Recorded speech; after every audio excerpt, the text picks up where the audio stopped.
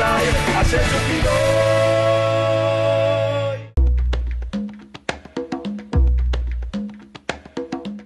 Ang Region 2 o Cagayan Valley ay tinaguriang Rice Capital of Luzon. Dito nang gagaling ang karamihan ng supply ng bigas sa Metro Manila at ilang bahagi ng Luzon. Kamakailan ay sumulpot ang isang issue tungkol sa di umano ay pagkasira ng mga pilapil ng mga taniman ng palay sa Cagayan Valley. Dahilan sa isang uri ng isda na kung tawagin ay Asian Swamp Eel o kiwet.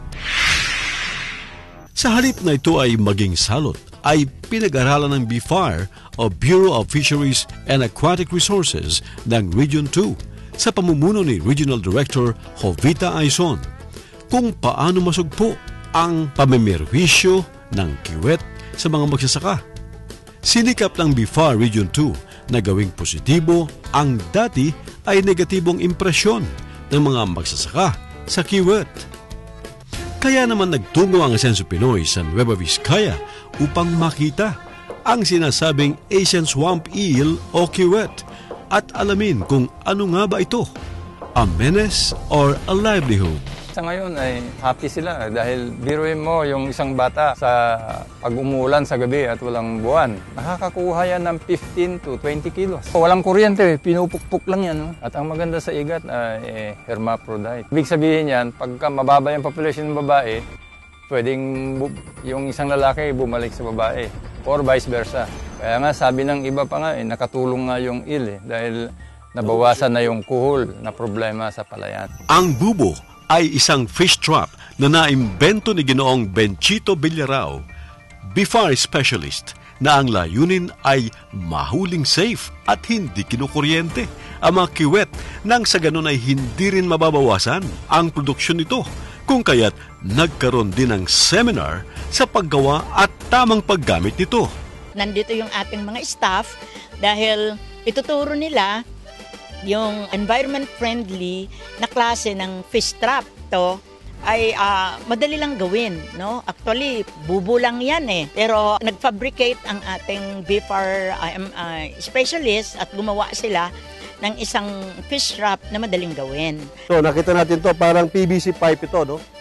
At inaasahan natin na sana ay may nahuli ito na kiwet.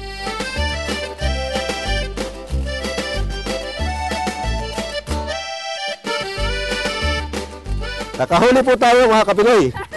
Ay, ang dulas.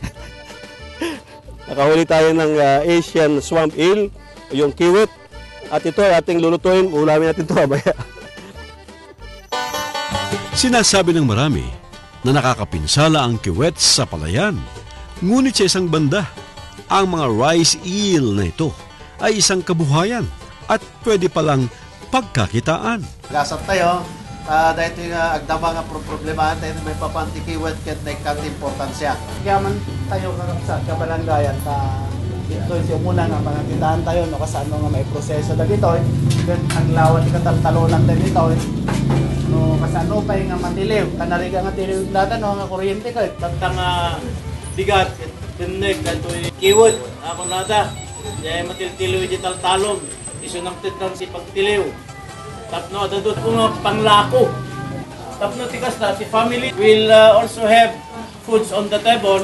Kaya naman, upang mas maunawaan kung paano magiging kabuhayan ang sinasabing peste, ay nagbigay ng seminar ang BFAR sa pamamagitan ni Doc Angel Encarnacion kung paano maiprocess at maging livelihood ang kiwet. Ngayon po, no, nagagamit na natin, hindi lang ine-export abroad yung live na rice eel, kundi pwede na natin kainin. Marami na pa tayong nagawang produkto out from rice eel, no? At pwede itong maging livelihood, no? Livelihood project ng ating lalong-lalo na sa ating mga rural improvement club. Marami na po tayong natulungan ay na-introduce po yung ating teknolohiya na to para hindi lang may export yung ating mga live na rice eel, kundi magawa mismo, makagawa po tayo ng produkto para sa ating local market.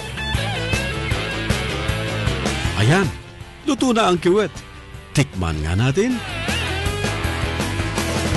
Kung nais niyong matikman ang iba't ibang putahe ng kiwet, narito ang mga tips mula kay Doc Angel.